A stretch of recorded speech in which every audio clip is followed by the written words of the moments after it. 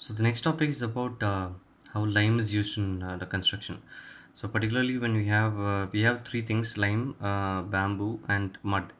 So lime, bamboo, and mud. How are they going to be used in the walls is what we are going to look at. So how is lime being a part of a wall itself? So when you, if we can see, we have this mortar which we have. In our usual construction wall, which is nothing but the mortar is a binding material for the bricks. So the mortar which is usually used here is a mortar which is called as the concrete, or the mixing of the concrete, the cement and the aggregate, and then it forms a mortar. So the cement itself is a binding material which is used in our construction methods which we have locally here. So like that, there are different types of lime mortar. So there are type in under types of mortar. There is lime mortar, lime surki mortar. So surki mortar, it's a usual regional language which we used in mud mortar, cement mortar, and Pulzona mortar. So cement and Pulzona we are not going to look at. We are going to only look at lime and mud. So if we can go into the actual definitions of things.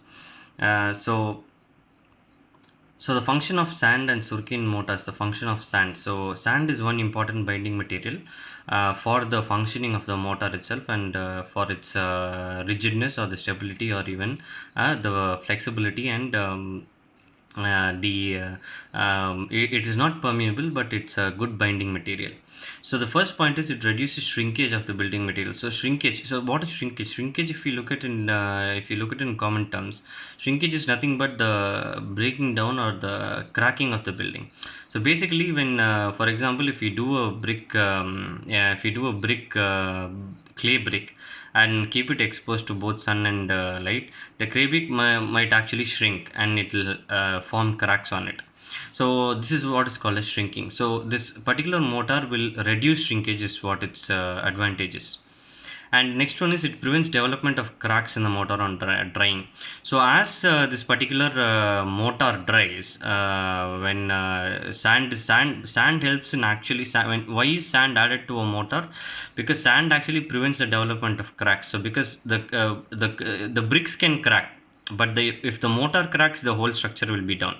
So basically, to hold the cracked bricks, even if the bricks crack due to weathering and constant weathering, like they are exposed to wind, air, they are exposed to the sunlight, and they're exposed to the rain and storms also.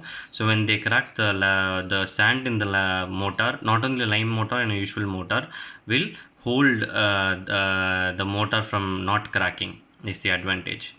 Third point is it helps in making mortars and concretes of desired strength. So if you are looking at a particular wall, and that wall is made of a particular material, for example, bamboo or bricks or anything it might be, the mortar can be made in custom made, in the sense it can be made in varying proportions and for desired strength. So if you are going to make a stronger wall, you can make a stronger mortar with good mixture.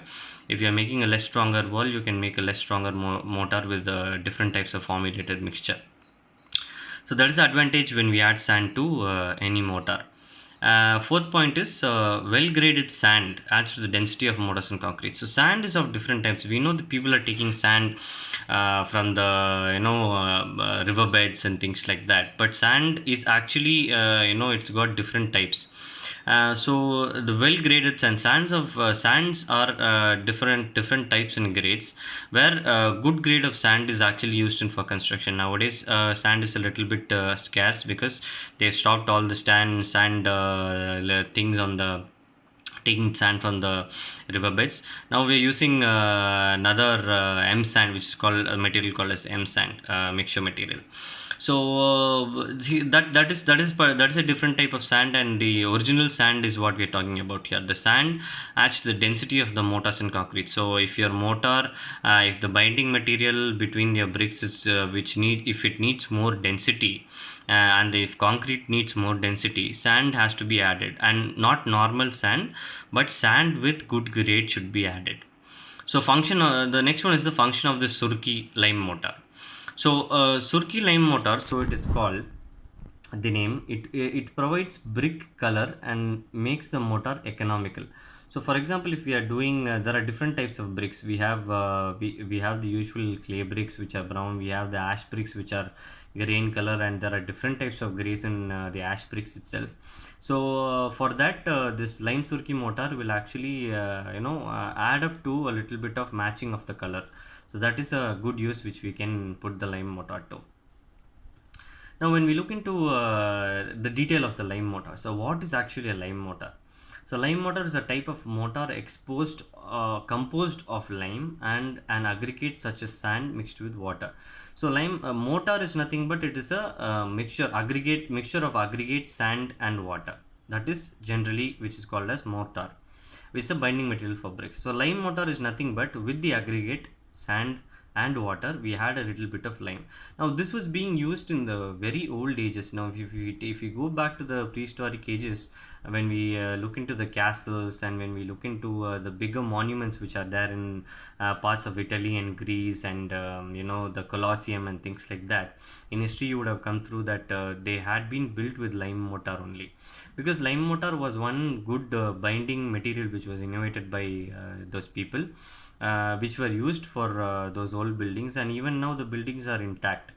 We can see that because lime mortar is, it is one main part of construction which they used. Now lime mortar is primarily used in conservation of buildings originally built using with lime mortar. Now there are these as architects we have these people called as the conservation architects. Conservation architects actually learn on how to conserve the old structures and how to keep them intact. So when we study about that, we have a very detailed vast depth of study with lime mortar itself. So I think you guys attended the workshop which was there in the mud workshop which had been there in RAC, I think. So I hope you learned a little bit of lime mortar there, because if they have introduced it, it would have been very interesting. So so primarily used in the conservation of buildings, originally built using lime mortar. So for the buildings which are built with using lime mortar, lime is used as a conservation material itself, and may be used as an alternative to ordinary Portland cement. So, for example, the ordinary Portland cement can be replaced by the lime mortar, is what is telling. Now, this is the combination. If this question arises about what is the combination of the lime mortar, or what is it composed of? So let's not go into too much of details, but we can generally see the greens are carbon dioxide, and H2O is water. So the calcium carbonate, limestone, chalk is added, and coarse stuff and quicklime. So when these are mixed together and this particular reaction goes about, carbonation is happening, burning and slaking is happening of the aggregates. So this is how a lime mortar is actually mixed together. So slaking of lime, if you look at the bottom, slaking of lime, when water is added to quicklime in sufficient quantity, lime cracks, swells and falls into powder form due to the chemical reaction, thus forming calcium hydrate. So what we need to understand from this particular phase is that the adding of water to lime should be of a very particular or accurate quantity, not too much or not too less. Because if you are giving too much of water or too less of water, the lime will actually form cracks and it will become into powder. It's kind of a chemical reaction which we usually see, and thus the end product will be something called as calcium hydrate. Now we have this the next slide comprises of types of lime. So types of lime, we have different types of lime in which we look at it by one. We have quicklime. Quicklime is composed mainly of calcium oxide. So commonly known as quicklime or burnt lime is a widely used chemical compound. It is white, caustic, alkaline, crystalline. So when we go back to our chemistry classes in school, we actually came out through a lot of words like this: the calcium oxide, CaO, the formulation, and things like that. Now these are composition of how the lime is.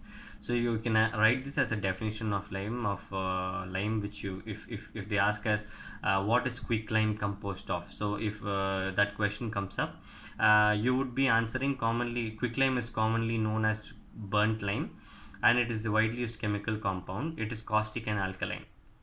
So the next one is quicklime is composed of calcium oxide, and the equation would be CaCO3 plus heat gives CaCO plus CO2. So this is a general thing which you can put it. We need the equation also when it comes to 2 marks. And then we come to hydrated lime. Hydrated lime is created by adding water. So hydration is generally adding water to anything. So when you are dehydrated, you add water to the body, which is called hydrating. So that is a simple thing to understand. So it is created by adding water to quicklime in order to turn oxides into hydroxides. So okay, the chemical name when we do that, hydrated lime, the other is otherwise called as calcium hydroxide. Okay, this is sold in most builders merchants as bags of dry powder. So hydrated lime is put into packets, like big cement packets, and they'll be put into packets and they are sold. Now that is about hydrated lime. You can take a look at that in the PPT. Hydraulic lime is another thing. That is the third type. Hydraulic lime is a specialized form of limestone itself. So limestone is a form of stone used to make hydraulic lime. So hydraulic lime is made from limestone. That is what we need to understand. The limestone is mixed with clay, then fired in a kiln with high temperatures. So the process they are telling. The process when we do this, when we put the limestone inside the kiln and when we put it to high temperatures, the process removes most of the moisture from the lime and also produces byproducts known as silicates. Okay, the remaining limestone and silicates are combined to form hydraulic lime. So when we it's a very general process, so not very tough to understand. So hydraulic lime is made from limestone, point 1. The limestone is put into this process inside the kiln with high temperatures with clay, point 2. This process removes the moisture from the lime, point 3. Point 4 is this process gives out byproducts known as silicates. The point 5 is the remaining limestone silicates are combined to form hydraulic lime. So those are the 5 points to be understood from the first paragraph. So second paragraph, hydraulic lime offers a number of benefits over traditional lime mortar. So there are different types of advantages also which you have with hydraulic lime when compared to lime mortar is what they're telling. And it can be used in many applications where other mortar products would fail. So wherever we can, there are places where the other mortar products would fail, and this particular thing can be used. Now, this is the lime mortar. The lime mortar, general instructions on the lime mortar. Lime mortar, the paste is prepared by mixing lime and sand. Okay, the first point says lime and sand or surki, suitable proportions in addition to water. That is how lime mortar is made. Point 2, surki is to be added in lime mortar for equal proportions. Okay, and to be mixed with lime. So surki, when we need to do surki mortar, lime mortar and equal proportions of sand and surki should be mixed with lime itself to add it. Third point, these mortars are inferior to cement mortars. Strength as well as water tightness.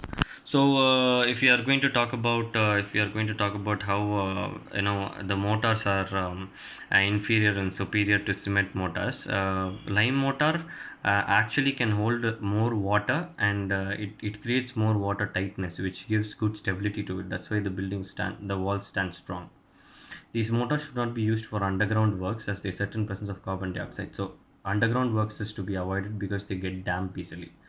This type is used for construction work above ground level, that is exposed positions. So that is about lime mortar. So these are few pictures which we can see where the lime mortar actually looks like in bigger monuments and how they were used for decoration on the walls.